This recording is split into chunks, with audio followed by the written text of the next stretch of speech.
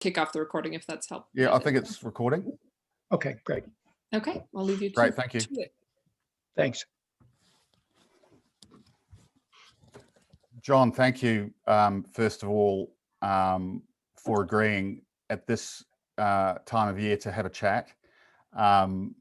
And I hope for your sake that it's one of the last Zoom calls you'll be doing in 2020. Yeah, unfortunately, I got a couple on New Year's Eve. Yeah. During the day, actually. Yeah. Okay. I thought I'd just cover a range of topics that I think are of particular interest to New Zealand and Australia, as well as more broadly. But the first one that obviously comes to mind is trade. And as you'll know, New Zealand and Australia are both highly dependent on trade, and a lot of businesses in those countries, as well as their respective governments, will be keen to know whether and how quickly the incoming president seeks to join the CPTPP, which once had a much easier acronym to master. That came into force, obviously, in December 2018 without the US, which kind of negated its underlying premise, which was to provide a sort of counterbalance to China's influence in the region and more broadly. Given sensitivity around trade and perceptions that it contributed to the sort of Trump backlash, particularly with NAFTA and CAFTA and others, how do you perceive how do you sense the Biden administration will go with respect to that agreement generally, that specifically, and trade generally? Well, look, I think he has indicated that he has no interest in jumping right into a affirmative trade agenda. I think looking both to the Pacific and also to both the UK and the EU more substantively, I think the way they'll approach this is kind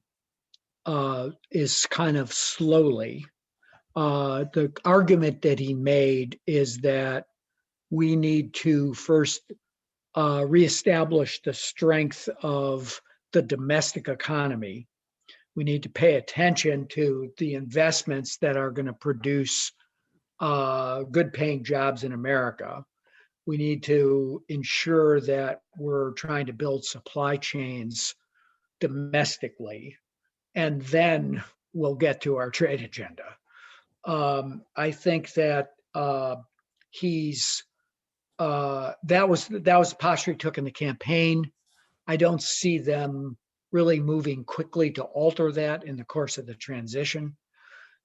And I think it will be, particularly with respect to the Asia Pacific, it'll be embedded into an overall look at China policy. That's a broad 360 review of the range of real contentious issues that we have with China. And in that context, I think the fact that CPTPP, did I get it right? Has kind of moved forward. It was the architecture, I think, of Obama's thinking about how to create arrangements in the Asia Pacific region that was a counterweight to China kind of particularly throwing its weight around against its neighbors. But I think over the last 4 years, the U.S.-China relationship has broadly deteriorated, not just in the commercial sector, not just on trade, but on human rights in Xinjiang, on democratic rights in Hong Kong,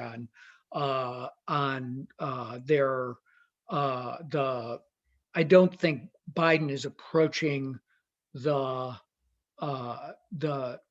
China's role particularly at the beginning of coronavirus the way Trump has, and certainly will not pull out of the WHO and is going to deal with a broad range of tech challenges, commercial challenges, security challenges, and try to settle on an overall prioritization of the U.S.-China relationship. And I think that the trade posture in the Asia Pacific will come really out of that full 360 review rather than preceding it. And within so- within the Biden administration, who apart from the president-elect himself, do you see as the key players with respect to China policy? Well, certainly Tony Blinken, the Secretary of State designee, and Jake Sullivan, the National Security Advisor. Lloyd Austin, Secretary of Defense, doesn't have a lot of Pacific experience. He's essentially, he was the head of Central Command. His experience has largely been in the Middle East, Afghanistan. But I think the Pentagon will play a key and important role. Just today, his chief of staff was announced, who's a colleague of mine at the Center for American Progress, Kelly Magnuson, who has followed China, wrote an important paper that Cap did, suggesting a balanced but getting tougher on a whole range of issues with China. So I think, but the key players are people who have deep experience with China. The other person on the commercial side is Brian Deese, the new incoming head of the National Economic Council. But I think Jake was, Hillary's key aide when she was Secretary of State, went to be Biden's foreign policy advisor, went to the campaign, and now has done this campaign. And Blinken, as both Deputy National Security Advisor and then Deputy Secretary of State, they're all quite familiar with China. There's been, I don't know how quickly they'll get around to appointing an ambassador. Could be a little bit of time. But, you have people who are used to dealing with a lot of the current players because they were in important positions during the Obama administration. So it's 4 years later, things have gotten worse almost across the board. I can't think of an area where anything's gotten better. A pillar of cooperation was climate change during Obama. I think the Chinese are anxious to reestablish that level of dialogue and cooperation. I think the U.S. has to first get its own act in order. So, but the person with the portfolio on climate is John Kerry, again, who's quite used to dealing with Xi Jinping and the other top leaders in China. But I think he's going to have to we need China to be an active player, and particularly over the course of the next decade, we need them to accelerate their efforts towards decarbonization. He set the goal of net zero 2060, which was welcome, but the 2020s don't look that great. I think they will meet their Paris goal, but I think right now they really need to do better than that. And I think the world, if you're going to get to net zero by mid-century, they've got to accelerate change there. And I think that will be principally the diplomacy around that will be principally in Kerry's hands, and Kerry will be influential across the board, but it has to be set in an overall policy about how we're dealing with cooperation, confrontation, and competition. And I think whereas Trump was almost all confrontation, I think there'll be a mix of that with Biden based on the, trying to move issue forward across that range of issues. I think the toughest ones are actually the internal ones to get any kind of movement by Xi or by the Chinese leadership. But I'm sure that the level of interest rhetoric will will ramp up. The last thing I would say about China more broadly is I think they'll do an alliances first strategy. So that big 360-degree review, but I think they will want to align particularly with the EU and the Asia Pacific allies to have a kind of joint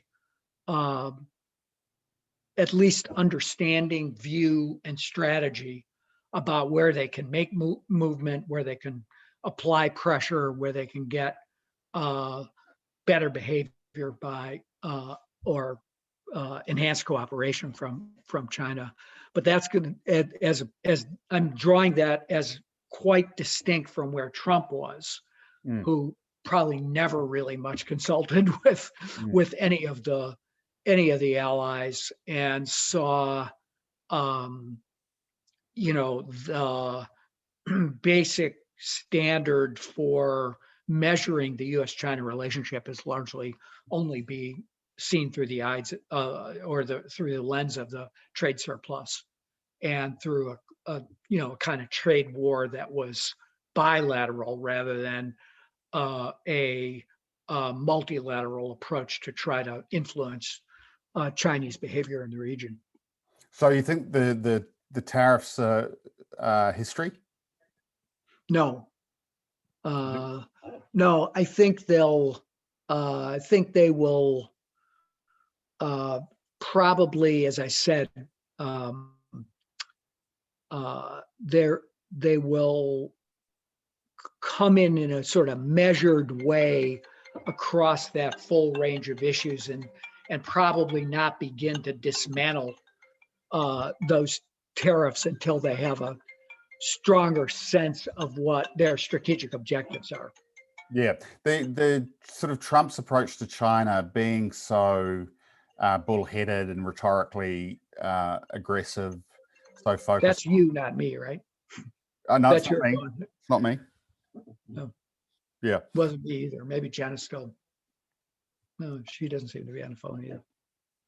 Oh, it's my wife's phone. I'm sorry. Oh, no problem at all. The posturing of the Trump administration over China placed Australia and New Zealand in particular in an invidious position because obviously our economies are highly dependent on China. And there's an eagerness for obvious reasons to maintain, at least constructive relations with Beijing. And with Trump's belligerence and general approach being so off-putting, it made it harder for my sense is it made it harder for allied governments, whether it's Europe or our part of the world, to really line up with the US around a clear agenda of what we actually want from China. Do you think that Biden's sort of ability to reach out diplomatically and restore those alliances will place the US and its allies on a stronger footing vis-a-vis China? Yes, I think so. And I think they'll have let me go both directions. I'll go across the Atlantic and then come back to the Pacific, which is probably more central to from your perspective. I think the US and the EU have a relatively high degree of alignment and a lot of power from their markets on the full range of issues, with the EU having less interest, I think, in the security basket than the Asia Pacific allies. So I think that they will, but whether that's climate, technology, the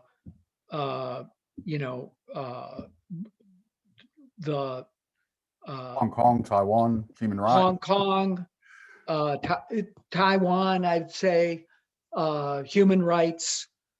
There's pretty strong alignment between where the EU is, and that's why I think the Chinese were making such a strong effort to get a deal with the Chinese before Biden came into office.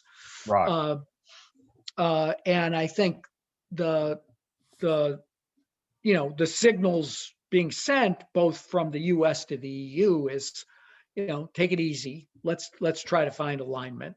And then when it comes to the Asia Pacific, you have the whole layer of security issues that come on top of that.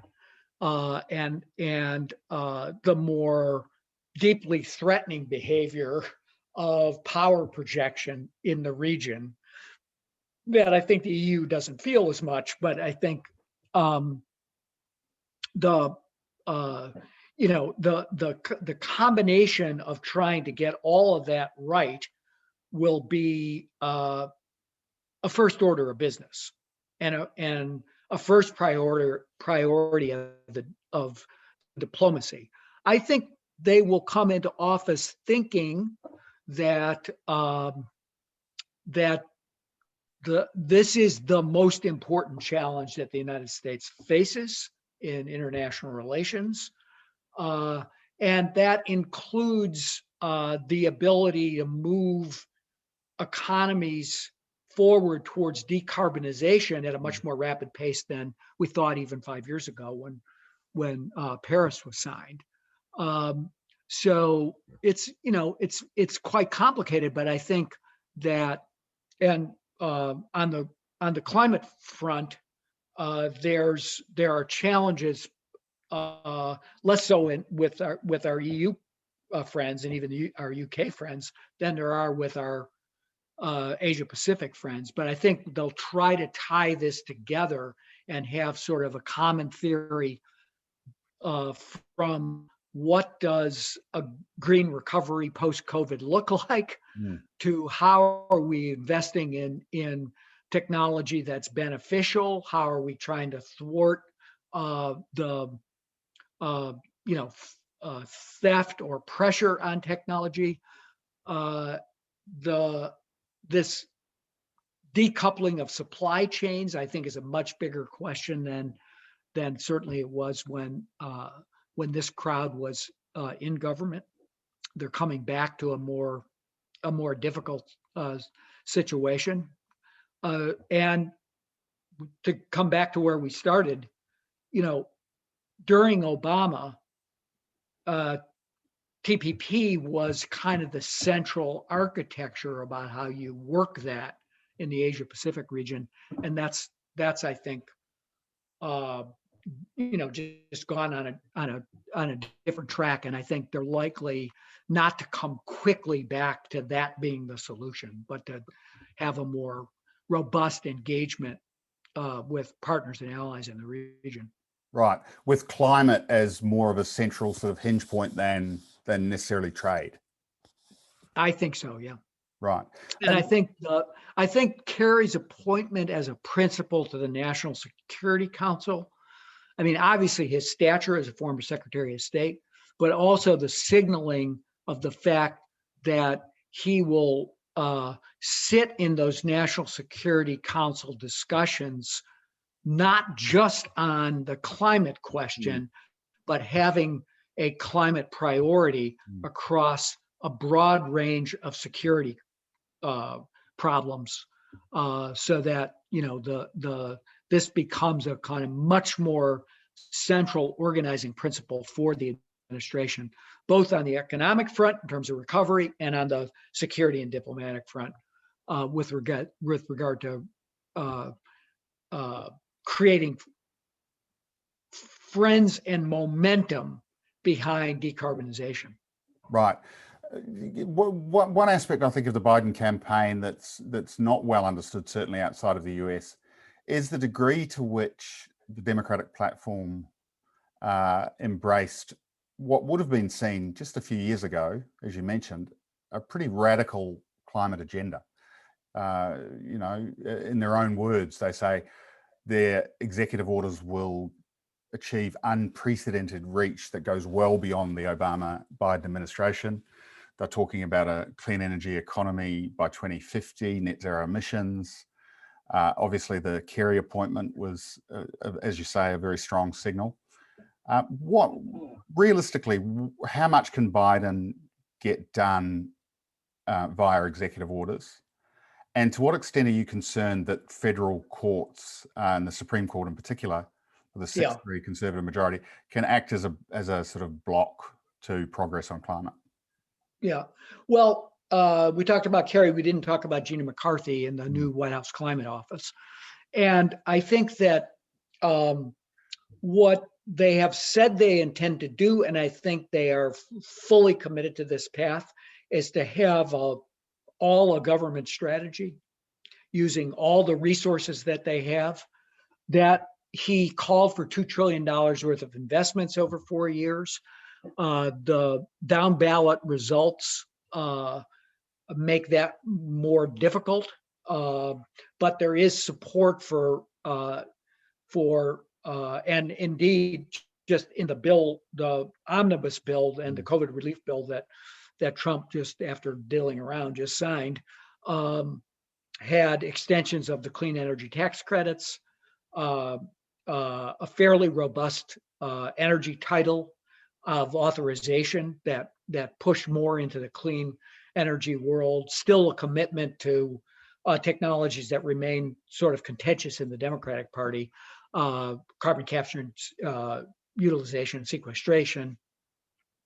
But still, there even under Trump, there was some forward momentum on the that was in that bill.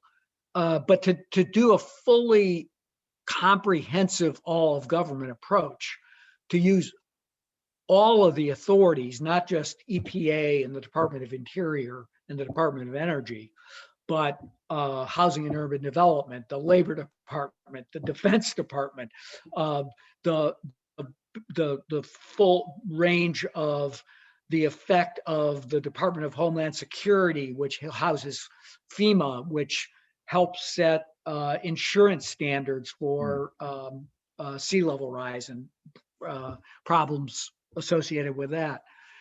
You need a full buy-in of the government. You need a strategic approach, and you need, in essence, the ability to pull a strategy together in the White House and then hold every department of the government accountable to that strategy.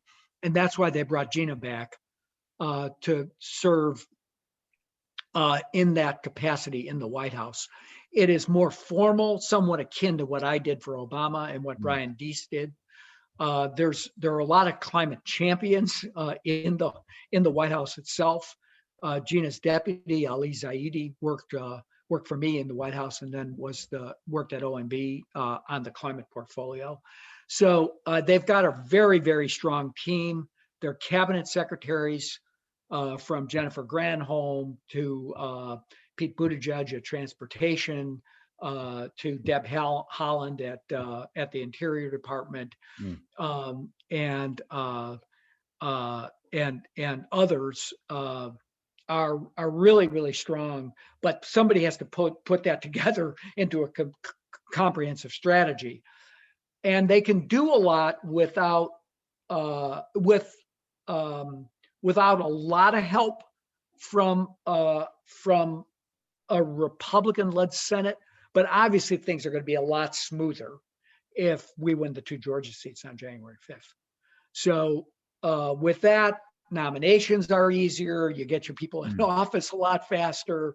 You have the opportunity to access what we've referred to as budget reconciliation, which is a simple majority in the Senate rather than 60 vote in the Senate. Chuck Schumer's setting the agenda for what's being considered in the Senate as opposed to McConnell. So it's a lot better if we win those 2 seats. But if we don't, I think that there's still an appetite for doing a green infrastructure bill that could be pretty substantial that they will put forward. Stimulus bill becomes more difficult, I think, with McConnell, who's even saying to Trump he won't do more stimulus. So I think that becomes a little bit more difficult. But they have a lot of power, money, authority. They need to align it, and then they need to have leadership in those cabinet agencies that understand that this is a core part of their mission, and they'll be held accountable to it. And I think that everything that Biden and Harris have done since election have signaled that they mean business on this. And so, you know, whether you're at the Council on Environmental Quality or EPA or wherever, you're going to be held to high standards to be ambitious, to accelerate energy transformation, and to try to do what is really needed, which is, again, to build a recovery that's going to be just, equitable, put people to work, building the future that we need. So I think there's a lot of opportunity for Biden in this, and along with managing COVID, it's the most critical standard by which voters will judge him in 2022 and 2024. That leads me to a broader question, a sort of strategic question around how Biden will approach Congress generally. He obviously puts a lot of faith in for good reason, for his ability to work with Congress, having been on the Hill for a long time and his record as vice president. Likewise, the vice president-elect is herself a senator, obviously. But a lot of, cynics, particularly on the left, look at that and say, well, if you take into account the degree to which McConnell successfully blocked the Obama agenda, and you add to that the new sort of level of radicalism on the right, perhaps Biden's being a bit naive about his ability to wrangle Congress. What sort of confidence do you have in his ability to get things done? And do you think there'll be any appetite from McConnell, firstly, and secondly, from more moderate Republican senators like Collins, Murkowski, to actually get some stuff done legislatively and in the budget? We saw that develop a little bit with this moderate gang that developed, as things were really stuck between Pelosi and McConnell. They came up with the $900 billion stimulus. Yep. So I think that could repeat itself. I do not think Biden is naive about this. I think he knows McConnell as well as anybody. He was the guy that was sent by, Obama to try to break the log jams when they were there. And so I don't think he's naive. I think he wants to try to find places where they can try to work together. And if McConnell does what he did to Obama, which is to basically which is to conclude that my best strategy, even if it's in somehow it looks like it's in the interest of my members, to just be obstructionist across the board, then he'll have tested the proposition at least. I would say that he would rate the ability to get stuff done higher than I would, having dealt with those guys. If they're in control, if they're again, to come back to there still is an opportunity. Most of the handicappers probably give the Republicans a little bit of an edge, but Trump's kind of going down there at the end. He's kind of he called for the governor to resign yesterday, I guess, maybe this morning, I can't remember. He's just throws such curveballs into the posture of what's going on. It's sort of hard to know what he's gonna do. It's a highly partisanized electorate. I think they'll either both Ossoff and Warnock will win, or they'll both lose. Warnock. And but I think I don't think there's a lot of ticket splitting. I don't think there's a lot of, I don't really like Kelly Loeffler, but I like, it's kind of like you're either voting for the Democrats or you're voting for the Republicans. And it's a tight race. And it'll be really dependent on turnout. Absolutely. And what the fall off looks like from November. Mm. And so, it's really just a week away, I guess. Yeah. Well, I mean, there are 76,000 voters who have voted in the runoffs that didn't vote in November. I mean, that's pretty remarkable number right there. And in a state like Georgia, 76,000 is not nothing. Yeah, absolutely. I give Stacey Abrams tremendous credit, both for Biden's victory. That would not have happened if she'd not done a masterful job Absolutely in the 2018 race, and then sticking with it. And they went right back to work registering. Registration's closed now, but they went right back to work registering people and trying to turn them out to the polls. So tremendous organizational effort by her organization. And so I'm not, I'm realistic, but I think we shouldn't write those races off, and that would make a big difference about what you could get done. I think if we're not successful there, McConnell has a pretty tight control over his caucus. Yeah. So I think while there'll be some attempts to recreate what just happened over our Thanksgiving holiday when Chris Coons and Manchin and Collins and Murkowski and Tim Kaine and others kind of put the pressure of the center against both caucuses.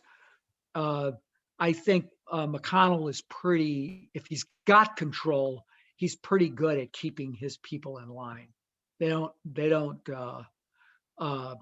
whether you can do that all over again. I think a lot of that, the reason that was successful was because the virus is so out of control in the United States, and there's so much pain, so much pressure here to do something that this opened up a sort of an opportunity for McConnell to walk back from the brink and to be willing to at least process that $900 billion bill. It really is striking, John. I mean, not to gloat, but I'm not at all, because it's tragic in every imaginable respect. But I noted just this morning, there are more people hospitalized for COVID in Rhode Island alone today than have been hospitalized over the duration of the virus in New Zealand.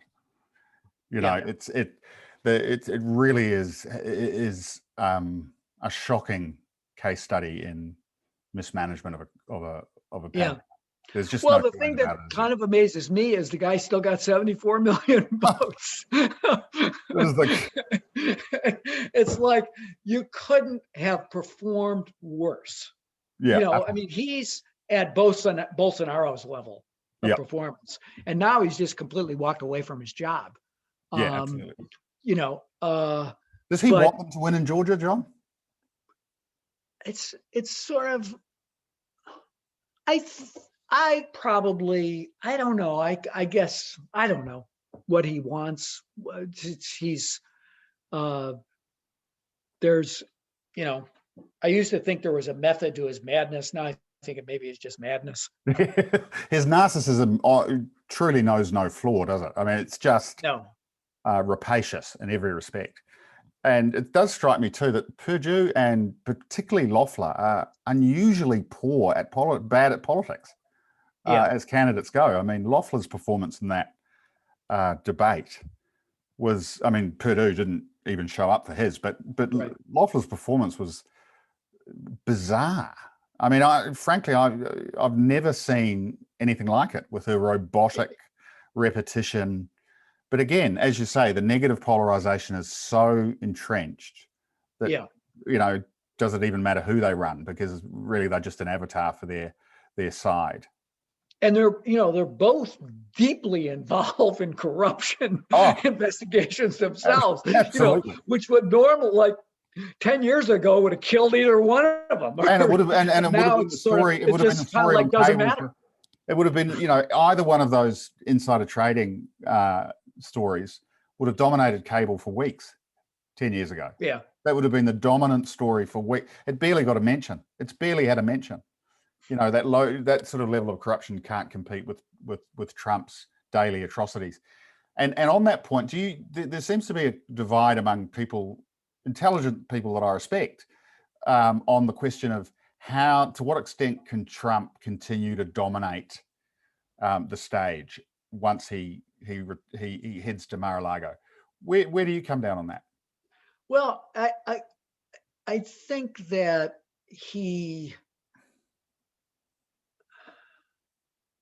I think he's kind of like fentanyl, you know, the media can't give him up.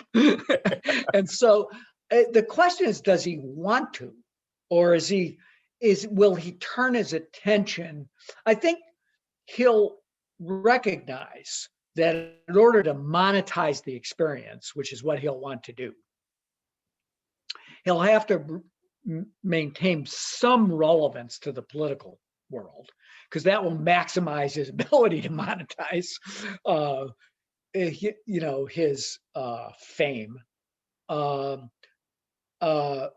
But I think that whether he quickly moves more towards a strategy of just trying to get, of kind of fending off the investigations in New York State and trying to make money versus actually gearing up for a, 2024 run, I think that may fade as the reality sets in on him.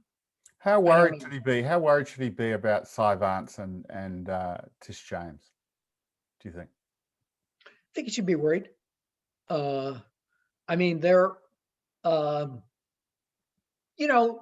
basically they ran crooked operations. A crime family, right? I mean, we know that. And particularly this Vance investigation, they just now hired a new team of forensic accountants. I think there's probably, whether that rises to the level at this point of within the statute of limitations, kind of criminal violations, or, you got to believe they're tax violations. And, James looking at that, basically the way he could manage his foundation, the way he kind of manages overall finances, the way he dealt with his partners. But whether they can meet the, high burden of proof of criminal violations beyond the reasonable doubt remains to be seen. But I think that a lot of his behavior has been being extremely worried about the outcome of this.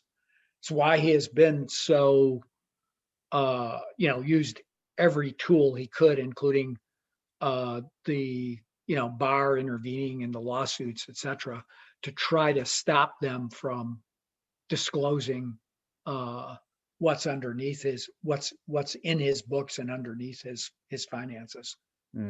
Did Barr walk, or was he pushed? Was it a combination of both? I think it was probably a combination of both. He probably wanted to,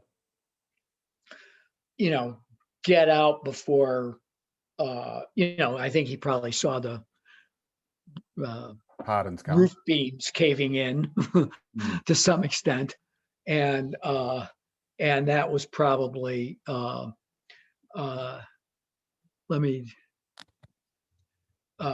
was probably, really,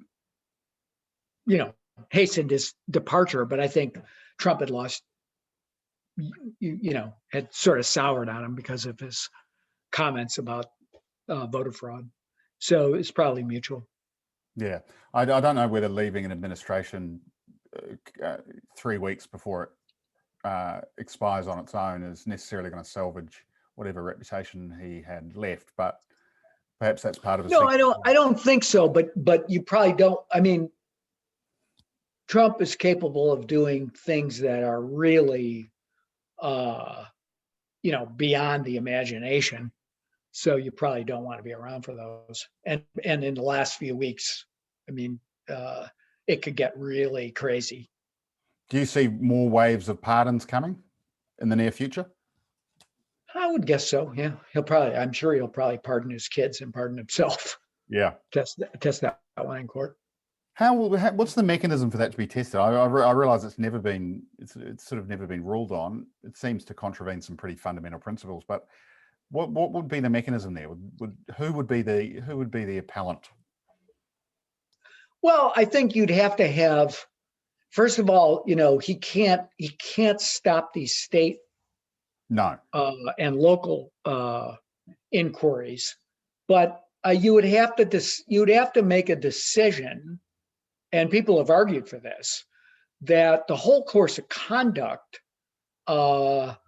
was, including the pardons of Manafort, Stone, the others, was a course of conduct of obstruction of justice, up through and including pardons of his family, himself, etc.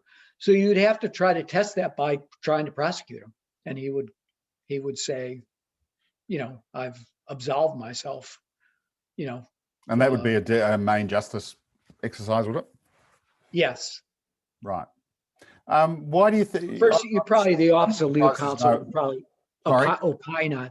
I said you'd first probably have the Office of Legal Counsel in the Justice Department opine on that question. It remains to be seen whether they really want to do that anyway. I think there's a kind of reluctance to stay in the mud with him for a new administration. That was certainly Obama's take. Certainly vis-a-vis Bush, yeah.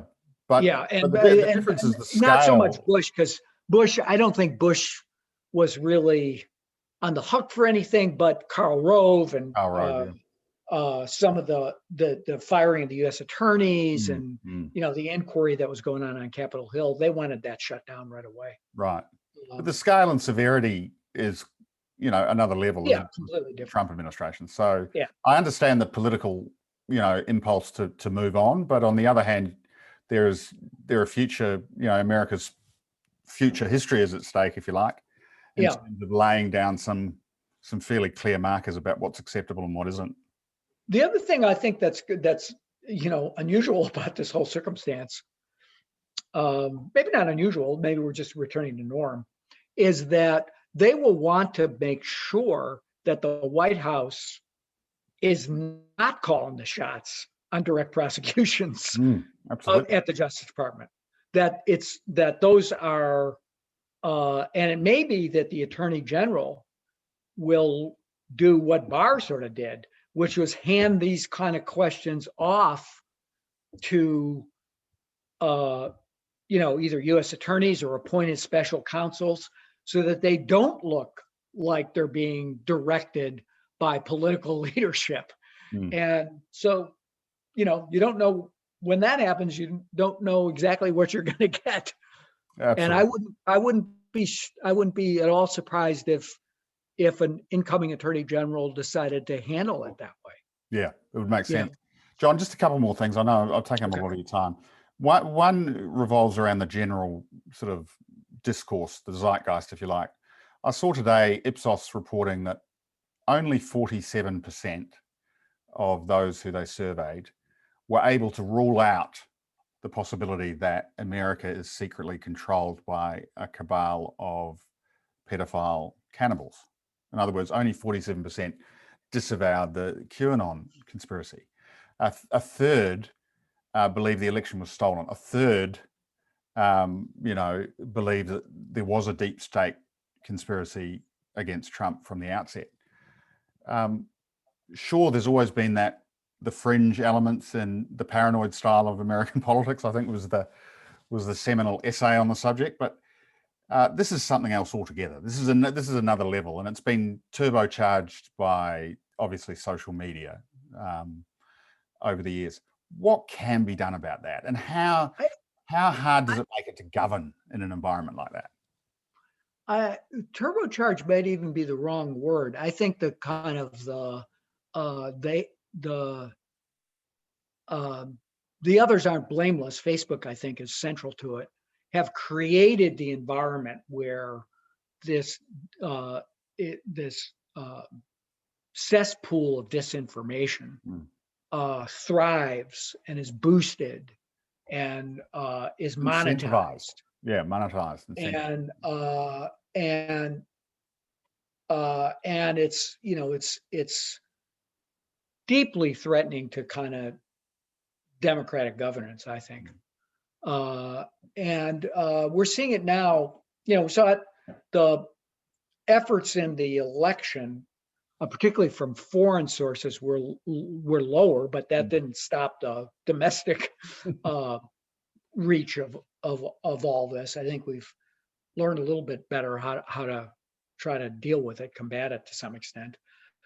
But in the end of the day, this is a problem facing, I think, all democratic governments. And I know New Zealand has been wrangling with this. The EU, I think, has the market power to begin to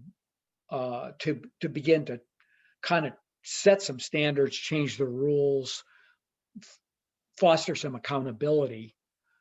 And the thing that sort of strikes me is when the leaders of these organizations decide, particularly when Zuckerberg decides that they want to put their engineering staff to work on trying to deal with COVID disinformation. They don't stop it, but they slow it down when they want to.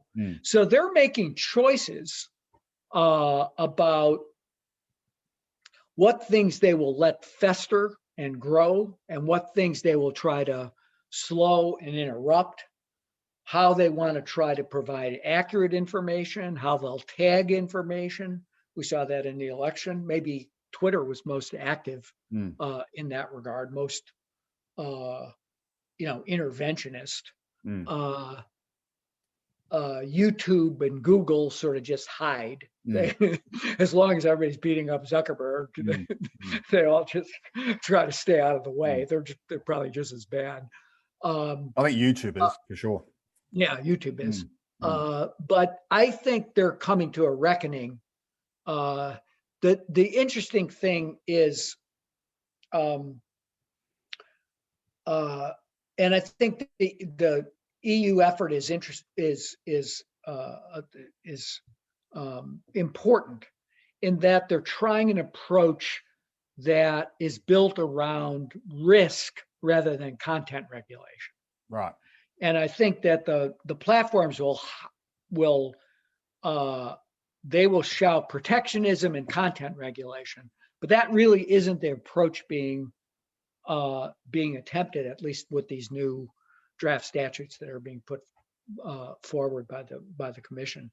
So in the United States, I think the Biden administration, I think, is almost certainly likely to go forward with the antitrust inquiries.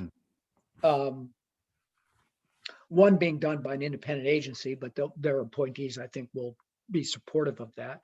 And the Justice Department investigations will I think go forward. One of the things Trump's trying to do on the way out the door is to repeal Section 230 of the Communications Act, which gives them a safe harbor. I think that needs. It's maybe the one rare point where I find some point of agreement with Me him. too. And don't know that Congress is ready to do it. I think both sides kind of are attacking the platforms and attacking 230, but from almost the opposite perspectives. The Republicans are arguing that they're suppressing right-wing voices, and the Democrats are arguing that they're enhancing authoritarian disinformation. So how you marry those minds to form a solution to that problem is going to be, I think, tricky. But there's a lot more interest in coming, I think, to a common space for global cooperation. And I think that the efforts by in New Zealand, in Australia, in the UK, in the EU are, rather than being viewed as, other countries being mean to U.S. companies, there's a lot more alignment, at least with U.S. Democrats, about what's happening globally to protect democracy and to protect human rights. I would add, you've seen Myanmar, authoritarian governments use these platforms to all the way up to and including to commit genocide. So I think that the reckoning is coming.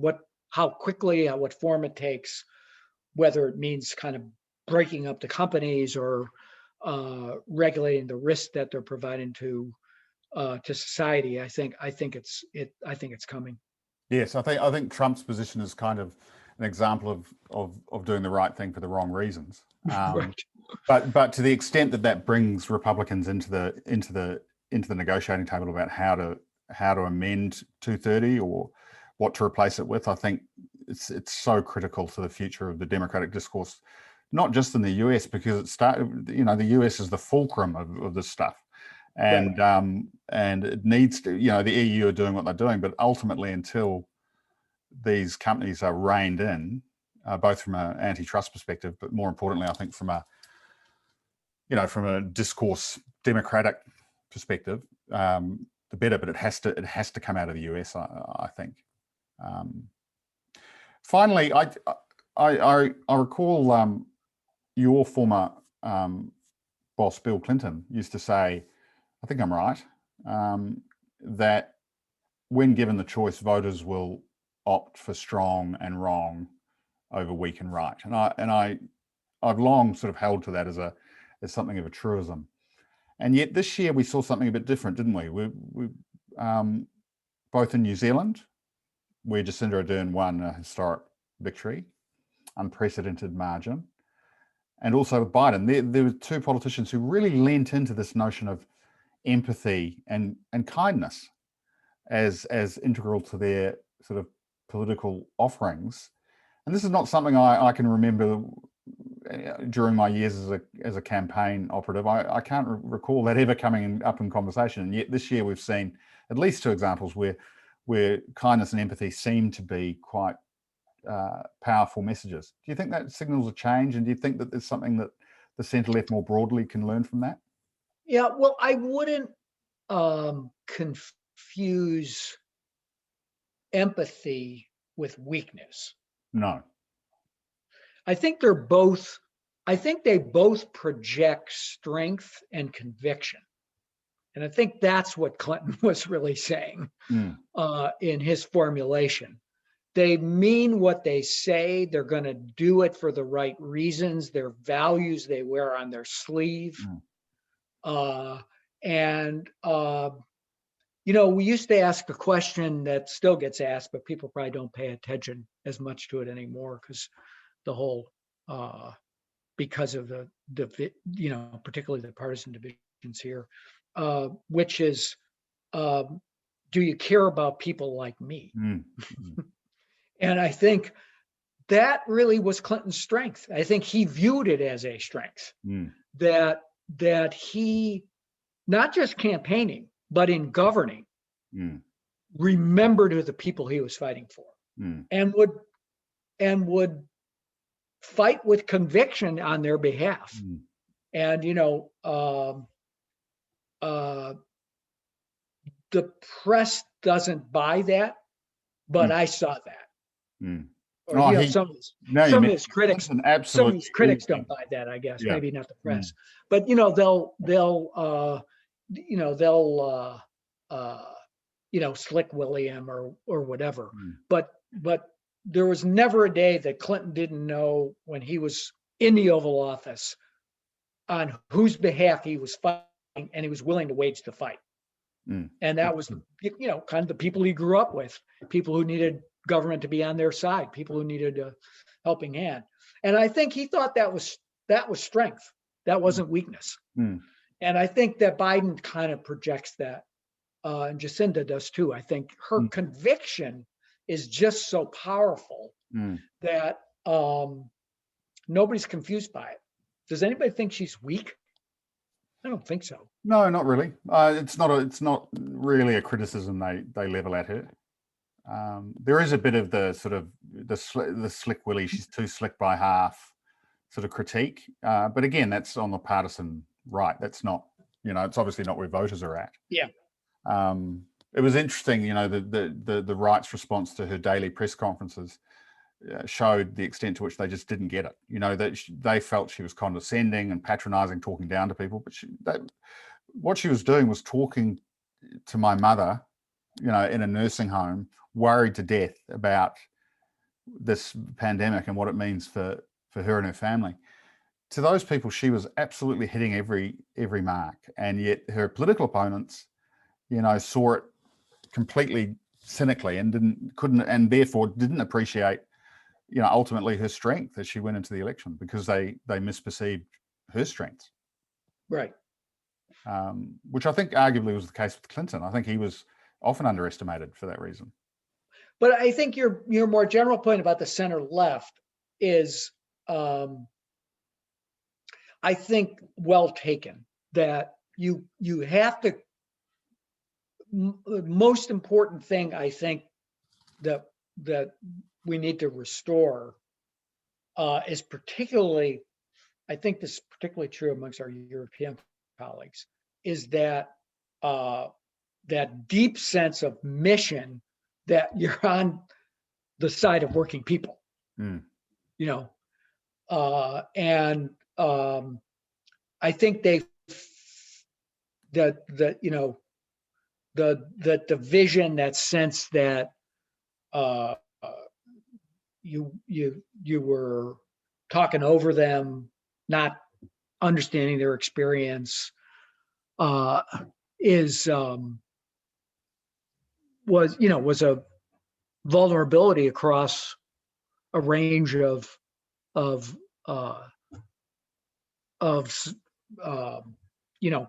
political cultures and political societies. And I think maybe we have a lot to learn from the way, people thought Biden was kind of through at the beginning of the primaries, and he proved to be extremely durable. Right. It was interesting. After Iowa, I met after New Hampshire, he kind of eked out a distant second place in Nevada. Yep. What was remarkable is the way the hallmark of a great campaign is when you're saying the same thing on the last day as you did on the first. And by that measure, Biden never wavered from the restoration sort of pitch, the restoring the soul of America. And I recall I met the outgoing at the time head of the DCCC, whose name escapes me, who said to me just after the 2018 midterms, and he said to me, don't discount Biden. His message around bringing America back from the brink to a more comfortable psychic place is utterly compelling to a lot of voters, and it will be discounted by the pundits, but it will work. And I have to say, that was borne out by events. But it did look very hairy after, before South Carolina, the Clyburn endorsement in particular. But really, it didn't look good. But he's really, I think, from a pure campaign. Do you agree with this as a campaign manager yourself? I thought it was a superb campaign. I thought the Biden campaign was superb. Yeah, digital was great. Fundraising was obviously excellent. Messaging was tremendous. They did well on the debates. I thought Harris worked well. I mean, I really can't fault that campaign. Can you? Yeah. No, it was highly disciplined and done in such a unique circumstance with everybody remote. Absolutely. uh, and but at some level, maybe that turned out to be a bit of a blessing, Mm. that they could maintain the discipline because the kind of style of campaigning was more, Containable. yeah, and controllable, really. Yeah, yeah. It was less sprawling and risky as Right. most campaigns when you're out on the road, pressing flesh. And yeah, I honestly, I think, and I think equally the Trump campaign was abysmal as a campaign, as a sort of campaign professional looking at it. Terrible campaign, Trump campaign, all over the place, completely off message. And yet, as you say, 74 million is a formidable number of people. Yeah, I'm glad 80 million showed up for the other side. Yeah, absolutely. So I'm not gonna ask you to make a prediction about Georgia, because no one wants to be making predictions in this day and age. I'm looking very closely at the early vote numbers, and the share of the black vote looks good. It looks higher than November. Some of the Republican counties are underperforming the state average in terms of turnout. So I think ultimately it'll come down to election day. But I started after the election thinking Georgia was absolutely beyond the realms. Now I think it's a genuine line ball. It's genuine toss up. Yeah. Yeah. And if that happens, I know you don't have knighthoods and damehoods in America, but if you did, you'd give one to Stacey Abrams, forthwith. Yeah, I don't put too much into, like, starting with White Fowler in 1992. We've lost all the runoffs because it's just a totally different circumstance now. You got the organizational side, the capacity to motivate voters, just very, very different. I think the old theory that Republican voters were more reliably going to come back, you just don't know. The other difference too, so John, is I think it's likely to be close. Yeah, it strikes me too that in those previous runoffs, the Democratic Southern strategy was all about trying to win back some ancestral Democrats. Yeah. Whereas the Stacey Abrams sort of paradigm is all about registration and motivation and turnout, and so they're operating on a different sort of frame of reference in some ways, aren't they? So this will be a real test of that. And from what from what I can tell in the early vote data, they're doing an epic job in terms of getting their vote out where it needs to come out early. So, who knows on election day whether the Trump people show up or whether there's an element of sort of recalcitrance on their part. But it's a lot more competitive than most people would have given it credit for. Well, God only knows what he's going to say when he goes down there. There's no guarantee he'll endorse the Republicans. He may blow the whole thing up. Who knows? If you're counting on the election day vote, do you want them or do you not want them? It's got to be a tough call, doesn't it? Really, really interesting. John, that was fantastic, and I'm really grateful that you took the time. And I hope that for all of us, for you, and for everyone in the world, that we have a much more boring year than this year. And I absolutely hope to be in DC over the course of the next 12 months. Great. And please pass on my regards. Not that I'm trying to find my place in line for the vaccine. Yes, that's right. And as you know, I'm a long-term fanboy of your colleague Nera. So when I look at the Republican criticisms of her, I'm reminded of Lily Tomlin, who once said, "No matter how cynical I get, I can never keep up." Well, it's like I sum up their critique as she's perfectly well qualified for this job, but she sends mean tweets, so we won't vote for her. This is from the people who have sat idly by pretending they don't even see Trump's tweets. It's just the hypocrisy is kind of next level, isn't it? But anyway, I hope that she gets through the Senate and can contribute that way. But in any event, I look forward to seeing you next year at some point. Great. And in the meantime, thanks very much. And I'll send Have a happy New Year, Phil. Yeah, you're a champion. Thank you very much. Okay. Fair job. Bye.